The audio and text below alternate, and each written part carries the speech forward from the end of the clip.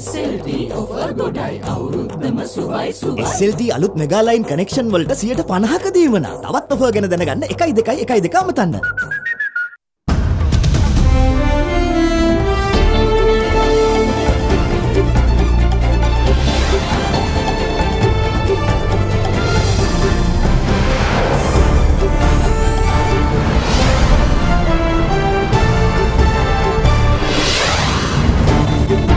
Tonight, political manoeuvres.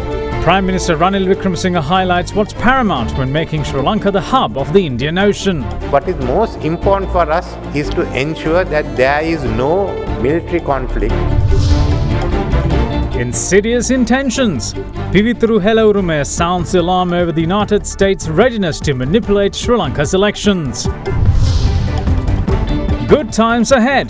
The Asian Development Bank projects a pickup in Sri Lanka's economic growth. Prudent or desperate? UK government is all ears for Labour's views on Brexit. Our approach to these discussions with Labour is that we have no red lines. We'll go into these talks with an open mind. All that and much more coming up on First at 9 this Saturday, the 6th of April 2019. From AdaDerana, this is AdaDerana First at 9. Live from Studio 24 in Colombo.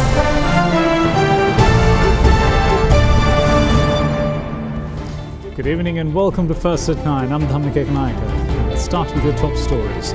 The third meeting of the Asia-Europe Political Forum of the International Conference on Asian Political Parties commenced in Colombo today with the participation of approximately 90 delegates of Asian and European political parties.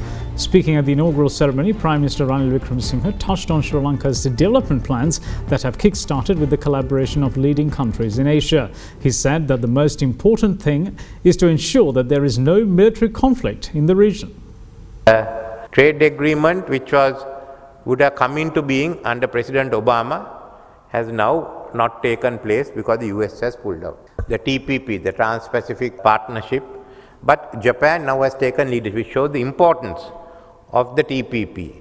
The bigger one that is coming, which will enable most of us to join, will be the comprehensive regional comprehensive economic development treaty for Asia, which is still taking time, and I hope it will develop. So we've got this large agreement which is coming in as an economic development plan. The Hambantota port itself, really we found the best way was to get outsider to bring the ships in. Otherwise it would certainly not have been viable. Any ship can come to Hambantota because we control the access and entry. Secondly, there's an airport and the cabinet has approved that the Sri Lanka Airport Authority and the Indian Airport Authority together in a public-private partnership run the airport. We are looking at ADB and Japan on how to expand the Colombo harbour, how to expand the southern port and then have a northern harbour, northern port. We are looking at long-term development of Trincomalee. Again, Japan and ADB is helping us. India is helping us with the Kankasanture ports. In the middle of what is most important for us is to ensure that there is no military conflict. There can be military maneuvers and all. And within it, what Sri Lanka's role is now to ensure freedom of navigation in the Indian Ocean. We had the first stakeholders conference, 1.5 track conference, but all interested stakeholders in all parts of the world have taken part. And they've recommended that we look at, we now hold a ministerial conference. So UNCLOS, we have looked at UNCLOS, but we've also got to discuss issues which were not prevalent at the time of UNCLOS. Piracy didn't take this amount, drugs, the smugglings, all those are issues that we have to. And we have also taken up another very important issue in regard to connectivity.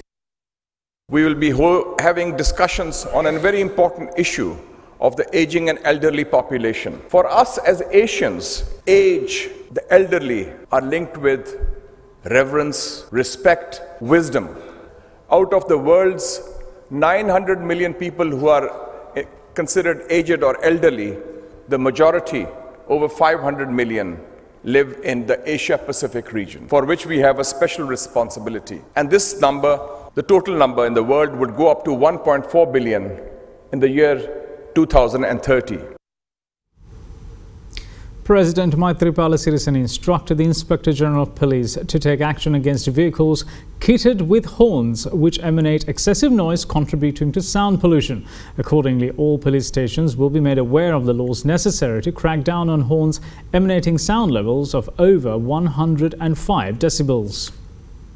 As a move to prevent sound pollution, President Maithripala Sirisena instructed the IGP to conduct raids to crack down on vehicles kitted with noisy horns. The relevant instructions were given during a meeting held at the Ministry of Defence yesterday, convened on the directions of the President and chaired by Secretary of Defence Hemasiri Fernando. Measures will be taken to instruct all police stations in the country to implement laws against vehicles violating traffic regulations and those with horns emanating more than 105 decibels.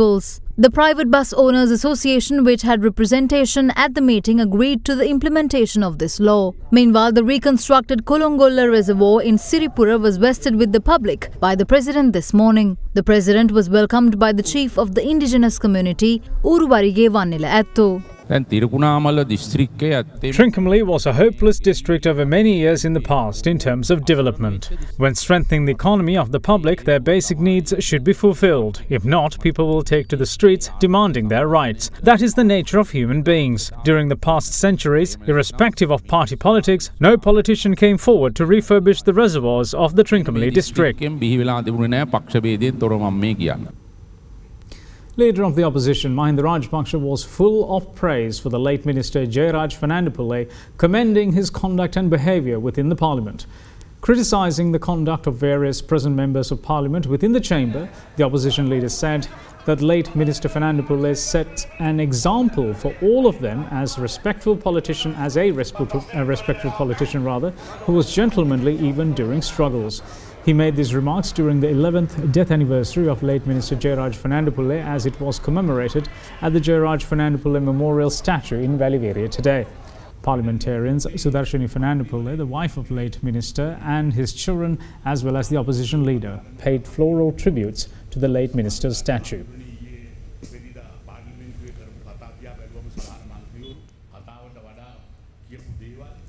Leader of the Pivituru Hela Urume today alleged that the United States stands ready to go as far as quashing the public mandate of Sri Lanka if the superpower deems it is unfavourable to them. Alluding to the latest report of the American think tank Heritage Foundation, parliamentarian Uday Gammampila pointed out that the think tank believes the Rajapaksa government will come to power and flagged possible US meddling in Sri Lankan elections. The Heritage Foundation was recognized as the most effective think tank to influence government policies during the tenure of former US President Ronald Reagan. Even now, they hold the 12th position among the world's most effective think tanks and is placed 5th in the United States when it comes to influencing governments. The final page of the last report they issued on the 14th of March reads, the Rajapaksa family and their allies are likely poised for a political comeback. They are, however, also genuinely popular in Sri Lanka, and the US must be prepared to respect the will of the Sri Lankan public to a limit. What does this mean? They say the Rajapaksas will return to power and the United States should respect the public mandate of Sri Lankan public to some extent. Don't they mean they're ready to quash the public mandate of Sri Lanka if it becomes unfavourable to them? This statement is very dangerous because Sri Lanka is going to announce the presidential election in 6 months. Mahinda Rajapaksa's government was short-lived, only for 51 days, because we didn't have the majority. Had we had the majority, we would have formed a government without waiting to defeat the budget. Leader of the Tamil National Alliance, R. Sambandhan, has been nominated to fill the position vacated by parliamentarian Chamal Rajapaksa in the Constitutional Council. The decision was taken when the Constitutional Council, chaired by Speaker Karu Jayasuriya, met in Parliament last evening. During the Council meeting, Speaker Jayasuriya informed the Council of the discussion he held with the National Police Commission, stating that the NPC, along with its chairperson KW Ekanayaka Karalyada, is functioning methodically with full membership. The Constitutional Council is set to meet again before the end of this month and will focus on recommending names for the vacant positions of Chief Justice and Auditor General.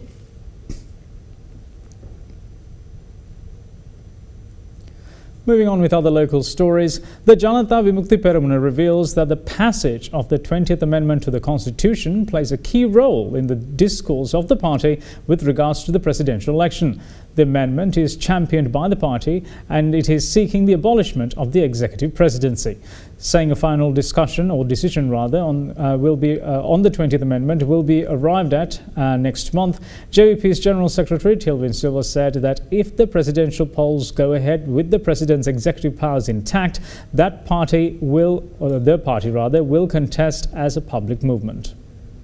The Janata Vimukti Peramuna organised a series of commemoration ceremonies across the island in memory of those JVP members who lost their lives during the 1971 struggle. This is the 48th commemoration of the event, which is an annual engagement. During one of its events held in Anuradhapura yesterday, the party's General Secretary Tilvin Silva was critical of the government's decision-making while venturing the party's plans for the presidential election. Our politicians are collectively cutting trees, and that's the nature of the capitalist class of politicians. They arbitrarily determine the legality of locations where deforestation is occurring. It doesn't matter where you cut trees, deforestation is illegal, and that is not the picture they are looking at. They're looking at the issue with an angle of racism. That is the country we are living in. A country engulfed in racism, a country that does not guarantee the security of children and the elderly, a country with humans but without humanity, a country with no ways of living. If the executive presidency is not abolished by passing the 20th Amendment to the Constitution, and if a presidential election becomes inevitable, the JVP is ready to contest it as a public movement by bringing in a strong candidate.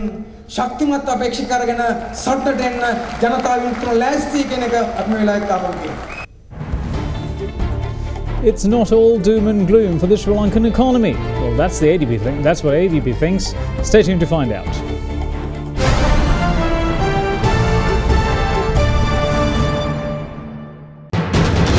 You are watching Sri Lanka's #1 news channel. This is AdaDerana 24.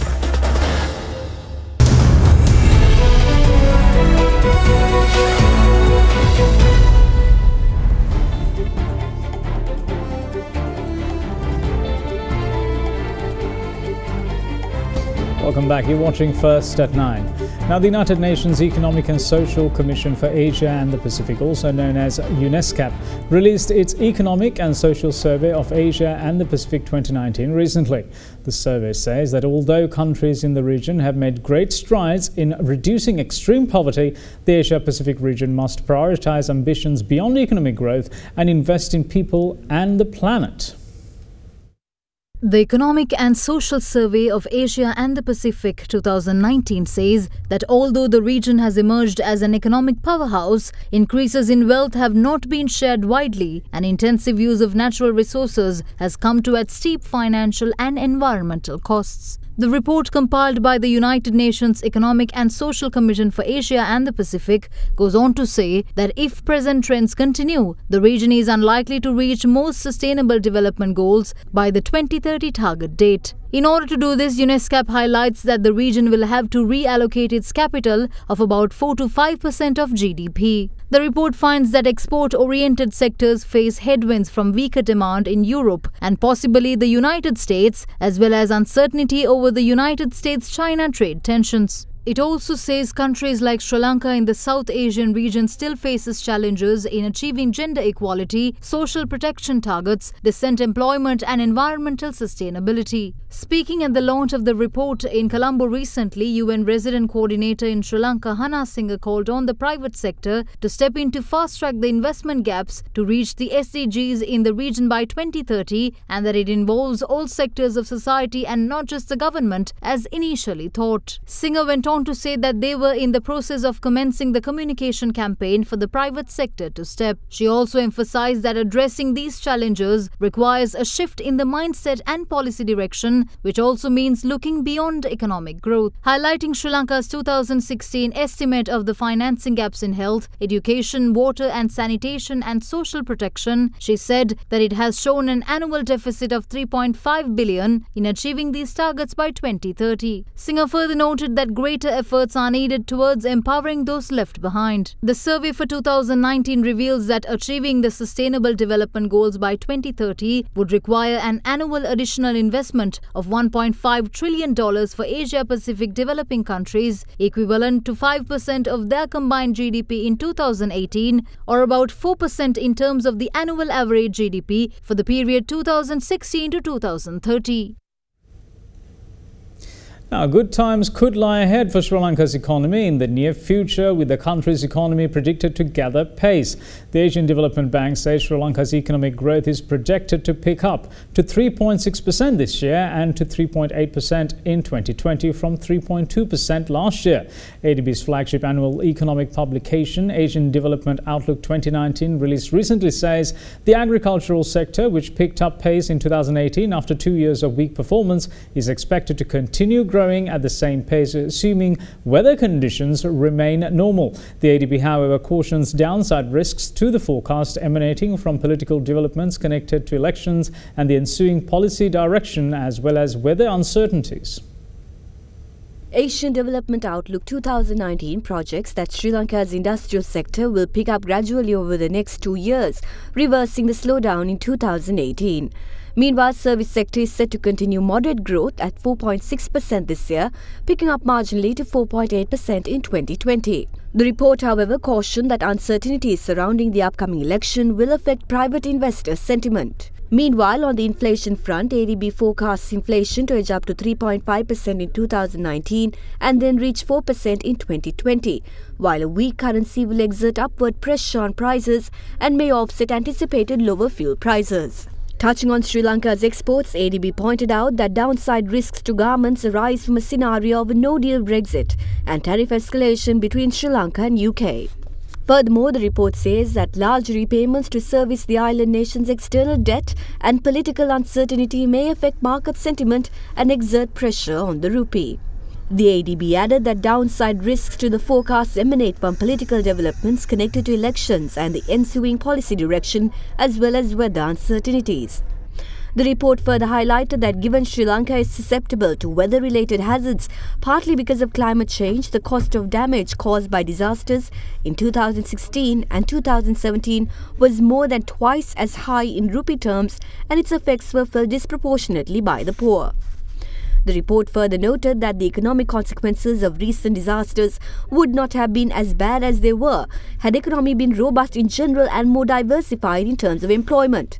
The report added that focus needs to shift to areas prone to disaster and to determining how to make people, assets and infrastructure more resilient. The report further noted that major efforts need to be mounted to mobilize funds for risk reduction and adaptation, establishing correct policy frameworks and building institutional capacity. The outcome of the latest LMD Nielsen Business Confidence Index survey, which was conducted before the Budget 2019 was presented in Parliament, reflects muted sentiment among corporates.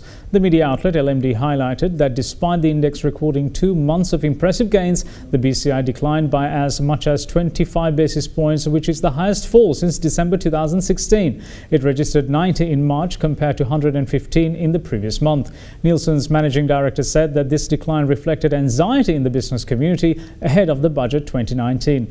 The article further noted that high taxes, inflation and political interference are in fact cited as major concerns for businesses.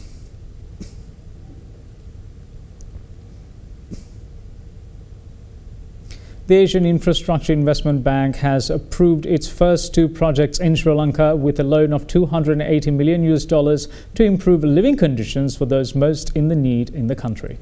According to a report by Chinese media outlet Xinhua, the $200 million loan will improve housing conditions for low-income communities in Colombo by constructing affordable housing and redeveloping land, while another loan of $80 million will be used to reduce the risk and damage from landslides in Sri Lanka. The article further added that investment in the urban regeneration project will support the construction of about 5,500 housing units and other related infrastructure in Colombo.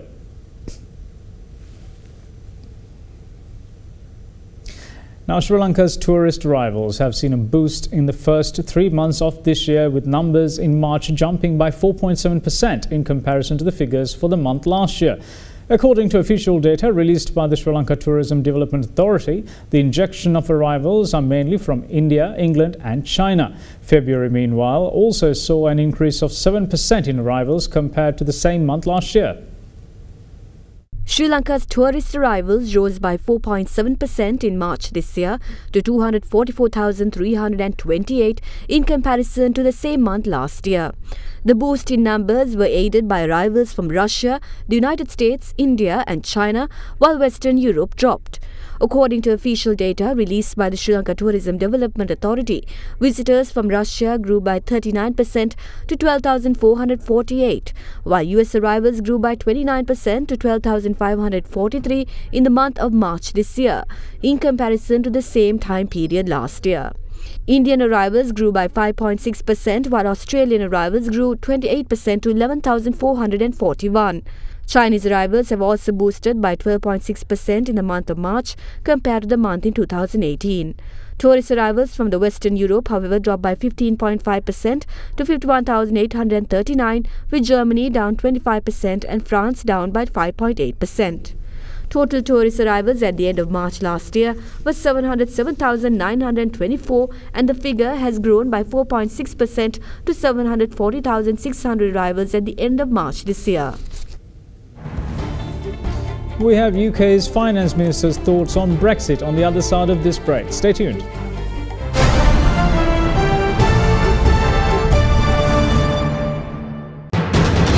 You are watching Sri Lanka's #1 news channel. This is AdaDerana 24.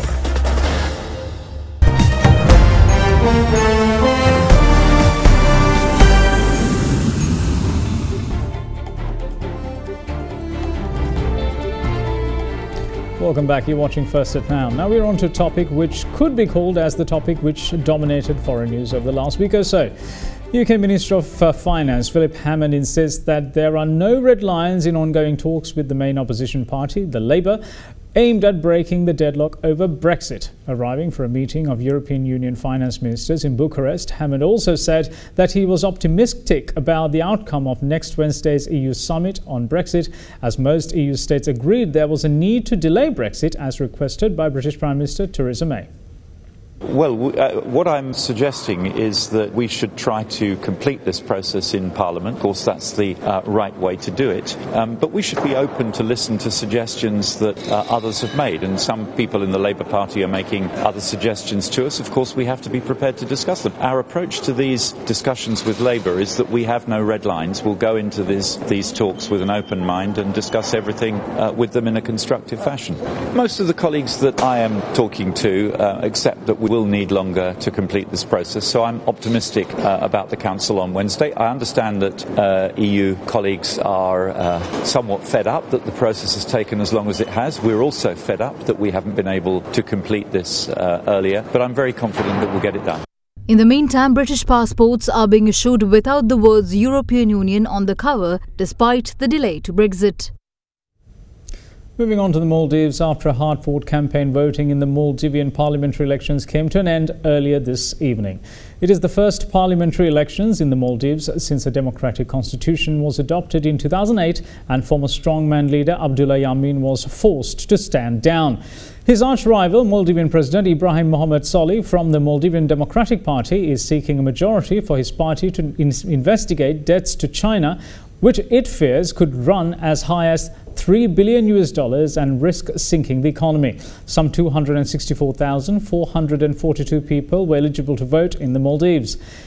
On several islands, voters were seen queued up hours before polls opened at 8 a.m. local time, with 501 ballot boxes in polling stations across the Maldives, as well as in Sri Lanka, India, Malaysia and England.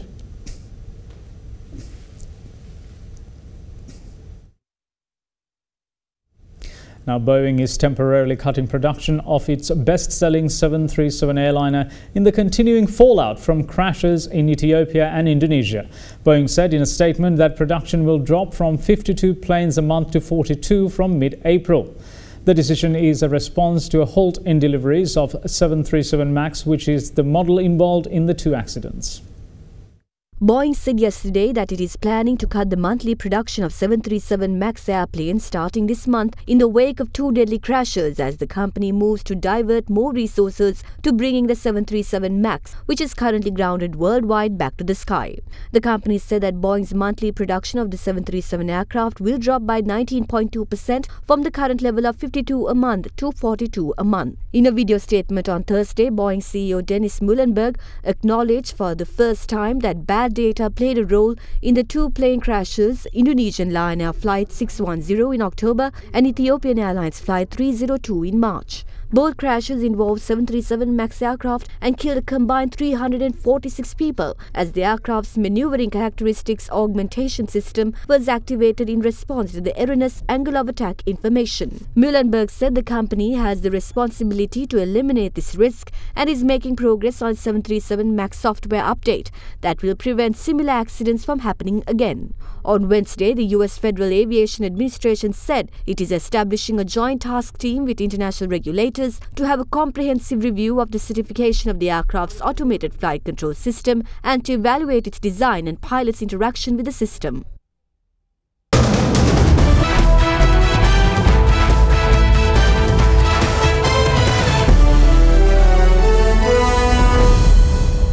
Time for sports, and it is cricket. Colombo and Kandy met in the SLC Super Provincial Tournament today in a rain-interrupted match, with Colombo coming out on top. In the day's other match, Lasith Malinga continued his fine form as Team Galle, led by him, defeated Team Dambulla by 76 runs. Being invited to bat first, Team Galle scored 345 runs for the loss of 8 wickets in their allotted 50 overs. Chasing victory, Team Dambulla, led by Angelo Matthews, could only score 269 runs all out in 46.5 overs. The match between Team Colombo and Team Kandy was played at the Pallekali International Cricket Stadium. Colombo won the encounter by 3 runs according to the Duckworth-Lewis method. Batting first, Colombo scored 289 runs with 4 wickets in hand, with Shahan Jayasuriya top scoring with a knock of 115. The rain interrupted during Kandy's chase when the scoreboard read 193 for 4. The target was therefore revised in line with the Duckworth-Lewis method, and Kandy was given the target of 208 runs in 39 overs. But Kandy could only manage 205 runs in 39 overs. And that's it from all of us here at First at 9. Thanks for watching. Bye-bye.